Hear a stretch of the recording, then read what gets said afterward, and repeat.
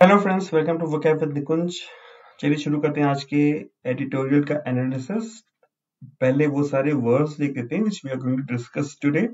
The first word is directive. Directive means showing the way by conducting or leading, करके दिखाना या रास्ता दिखाना, ठीक है, imposing direction on. Next word is ambit. Ambit का मतलब होता है स्कोप या एक्सटेंट, किसी चीज की लिमिट, ठीक है। Next word is decriminalise. Decriminalise का मतलब है मेकिंग समथिंग लीगल, किसी चीज को लीगल बनाना, ठीक है। क्लच का मतलब मेल्स जो है वो समझते होंगे कि जो कार में क्लच होता है या बाइक में होता है। फीमेल्स जो हाथ में लेती हैं क्लच, छोटा सा पर्स होता है, उसे समझती हूँ। लेकिन यहाँ जो मीनिंग निकल के आया है वो ये है कि collection of things to be handled together, ठीक है।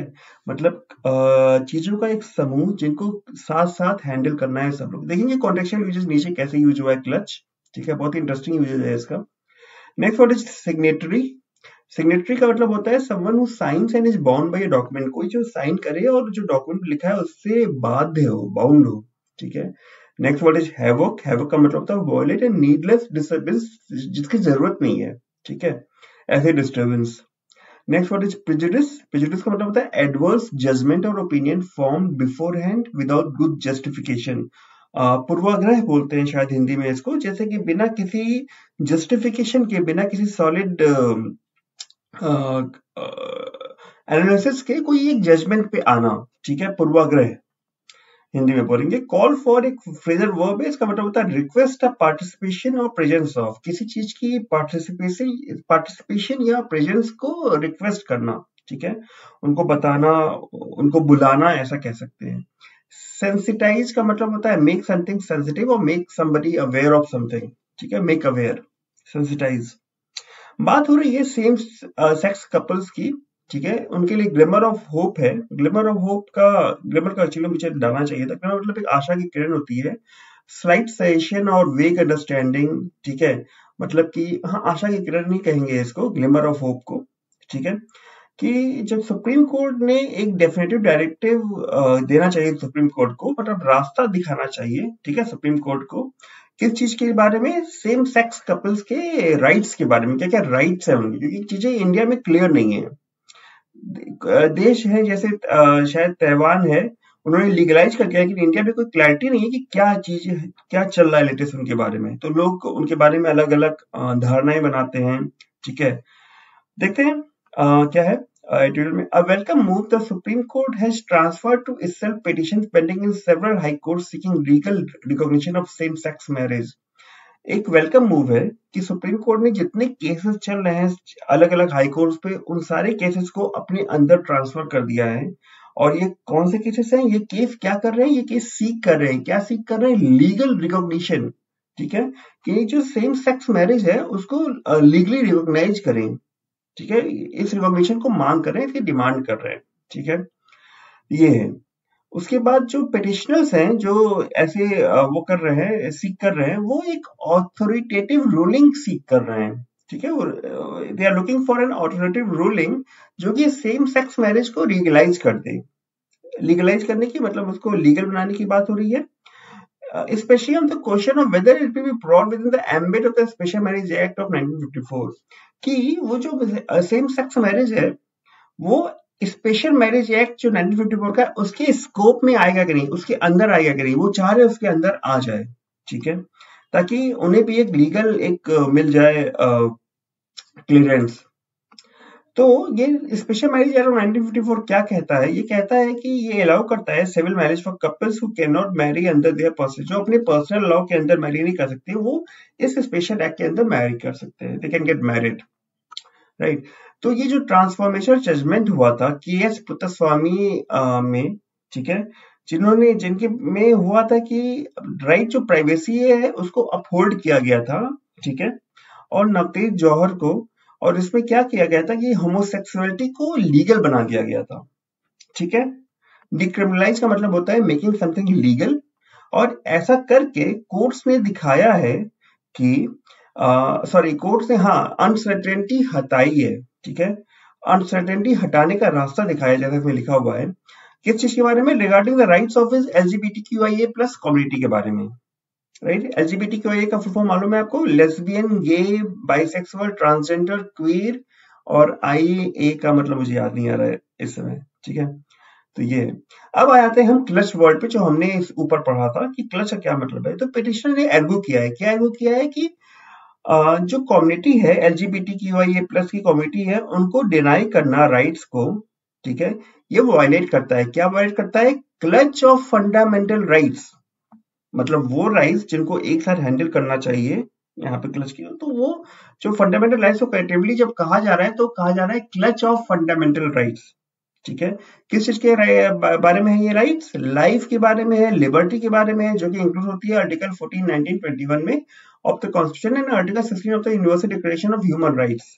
तो ये जो universal declaration of human rights है, इसके आर्टिकल 16, इसमें ये राइट्स इंक्लूड होती हैं। इसके में इंडिया एक सिग्नेचरी है, ठीक है। सिग्नेटरी का मतलब क्या होता है कि इंडिया ने साइन किया है और इंडिया को फॉलो करना चाहिए इस डॉक्यूमेंट को, and India is actually bound by this document कि उनको ये राइट्स देनी पड़ेगी अपने सिटीजन्स को, ऐसा, ठीक है। तो एक बार रिवाइज करते हैं इस सेंटेंस को। पिटिशन से आर्ग्यू किया है कि अगर वो इस कम्युनिटी को नहीं दे रहे हैं राइट्स, तो वो वायलेट करेगा फंडामेंटल राइट्स को, ठीक है, ग्रुप ऑफ फंडामेंटल राइट्स को वायलेट करेगा। सिग्नेचरी का मतलब मीनिंग आपको याद रहेगा, ठीक है, जिसने सिग्नेचर किया है वो बाउंड है। Next word we have got is havoc. Havoc का मतलब होता है violent and needless disturbance. Needless क्यों कहा जा रहा है यहाँ पे? डिस्टर्बेंस भी तो यूज किया जा सकता था, लेकिन ये डिस्टर्बेंस जो है वो कैसी डिस्टर्बेंस है? ये नीडलेस डिस्टर्बेंस है।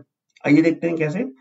अपेक्स कोर्ट ने पहले जो है उनको, अपेक्स जो सुप्रीम कोर्ट है, उन लोग सेंटर के रिस्पॉन्स से डील करना पड़ेगा, कंटेंट करना पड़ेगा, ठीक है, जिसने कहा है कि वो सेम सेक्स मैरिज के अगेंस्ट है। जो हमारी सेंट्रल गवर्नमेंट है बीजेपी की, वो सेम सेक्स मैरिज के अगेंस्ट है। और वो सेंट्रल गवर्नमेंट ने ये भी कहा है कि अगर जुडिशरी इंटरवीन करेगी तो ये पूरा जो है वो हैवोक आ जाएगा और ये डिस्टर्बेंस बिल्कुल नीडलेस होगी, ऐसा सेंट्रल गवर्नमेंट बोल रही है, ठीक है, सेंट्रल गवर्नमेंट।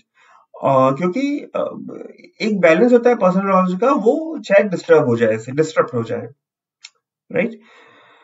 और वो उसके बाद कह रहे हैं हिंदू वाले कि अब और भी कुछ इश्यूज हैं जिसपे LGBTQIA+ कम्युनिटी, जिसपे वो पहले से ही प्रेजुडिस फेस करती है सोसाइटी में, ठीक है। प्रेजुडिस का मतलब कि पहले से कुछ जजमेंट बना के रखना कि ये लोग तो गंदे लोग होते हैं, and likewise and so fourth and so on, ठीक है। तो जो अदर इश्यूज हैं जिसमें पहले से प्रेजुडिस फेस करती है सोसाइटी में, इन सब चीजों के बारे में इन्हें कोर्ट से क्लैरिटी चाहिए होगा कि ये लीगल है, इलीगल है, जो भी है क्लैरिटी मिले, ठीक है। जो सेक्शन 5, 6, 7 है स्पेशल मैरिज एक्ट का, उसमें जो मैरिज के लिए पार्टीज है, मतलब हस्बैंड एंड वाइफ, उन्हें प्रायर नोटिस देना पड़ेगा मैरिज ऑफिसर को उस डिस्ट्रिक्ट का जिसको पब्लिसाइज करने है नोटिस को, और कॉल फॉर ऑब्जेक्शंस। अगर कोई ऑब्जेक्शन है किसी को तो उसको कॉल फॉर करना है, मतलब उन्हें रिक्वेस्ट करना है कि आप आइए अपनी ऑब्जेक्शन दर्ज कीजिए, जो भी आपको ऑब्जेक्शन है, ठीक है। तो पास में हमने देखा है इंडिया में बहुत सारे इंटरकास्ट और इंटरफेथ मैरिज, जिन्होंने नोटिस, जब उनके विवाह, उनकी शादी की नोटिस जब जो मैरिज ऑफिसर ने पब्लिसाइज की थी और ऑब्जेक्शन को कॉल फॉर किया था, ठीक है, उन्होंने वायलेंट ऑपोजिशन फेस किया, वायलेंट ओपोजिशन, ठीक है, ऑनर का नाम लेके या कम्युनिटी का नाम लेके कि अंदर चाहती है मेरा विवाह नहीं कराएंगे, एंड लाइकवाइज, ठीक है। तो इलाहाबाद कोर्ट ने पहले ही 2021 में रूलिंग दे दी थी, डिक्लेयर कर दिया था कि जो पीपल, जो लोग स्पेशल मैरिज एक्ट के अंदर मैरिज कर रहे हैं, वो चूज कर सकते हैं कि अपने यूनियन को पब्लिसाइज ना करें, ठीक है। ये कहते हुए कि जो अगर ये मैंडेटरी किया गया है इस नोटिस को पब्लिश करने का, ठीक है, और कॉल ऑब्जेक्शन को बुलाने की बात हो रही है, पार्टिसिपेट कराने की बात हो रही है, ये क्या करती है? ये इनकी प्राइवेसी के राइट्स को वायलेट करती है, ऐसा। और इसलिए ये जो है, इनके पास ऑप्शन है कि वो अपनी यूनियन को पब्लिसाइज ना करे, ठीक है। तो इसको देखते हुए LGBTQIA+ कम्युनिटी जो है वो एक डेफिनेटिव डायरेक्टिव चाहेगी इसे सुप्रीम कोर्ट से, ठीक है। और इसके साथ हिंदू ये भी कह रहा है कि अवेयरनेस कैंपेन जो है वो जरूरी है सोसाइटी को बताने के लिए कि सारे इंडिविजुअल के पास कुछ जो भी राइट्स है उनके बारे में बताने के लिए, ठीक है, तो ये सेंसिटाइज है। इसका मतलब मेक अवेयर भी होता है, मेक सेंसिटिव भी होता है। ठीक है, कि वो समझें कि ये जो कम्युनिटी है ये कौन कौन से कष्ट सह रही है, या कौन मतलब जो भी दिक्कत इसको हो रही है प्रेजुडिस की वजह से या और कुछ रिस्ट्रिक्शन है उसकी वजह से। अंतिम में ये हिंदू वाले कह रहे हैं कि जो अगर ये सेम सेक्स मैरिज को लीगलाइज करती है इंडिया, तो इंडिया उन 30 कंट्रीज को ज्वाइन कर सकती है जो जिन्होंने इसको पहले से लीगल कर दिया है। और एशिया में ताइवान के अलावा किसी ने लीगलाइज नहीं किया है, तो एशिया में भी वो मतलब फ्रंट में आ सकती है इसको लीगलाइज करके। तो ये था आज का एडिटोरियल। कैसा लगा आपको मुझे कमेंट सेक्शन में बताइएगा। और ये थे आज के वर्ड्स। ठीक है, अगर कोई भी वर्ड में दिक्कत हो समझने में तो वीडियो दोबारा देखिएगा, फिर भी समझ आए तो कमेंट सेक्शन में मेंशन कीजिएगा। I try my best to help you out. चलिए मिलते हैं अगले सेशन में, तब तक के लिए कीप वॉचिंग। एंड अगर अभी तक आपने सब्सक्राइब नहीं किया है, you want to improve upon your word power, you can click subscribe by clicking here. चलिए, thank you for watching, bye bye.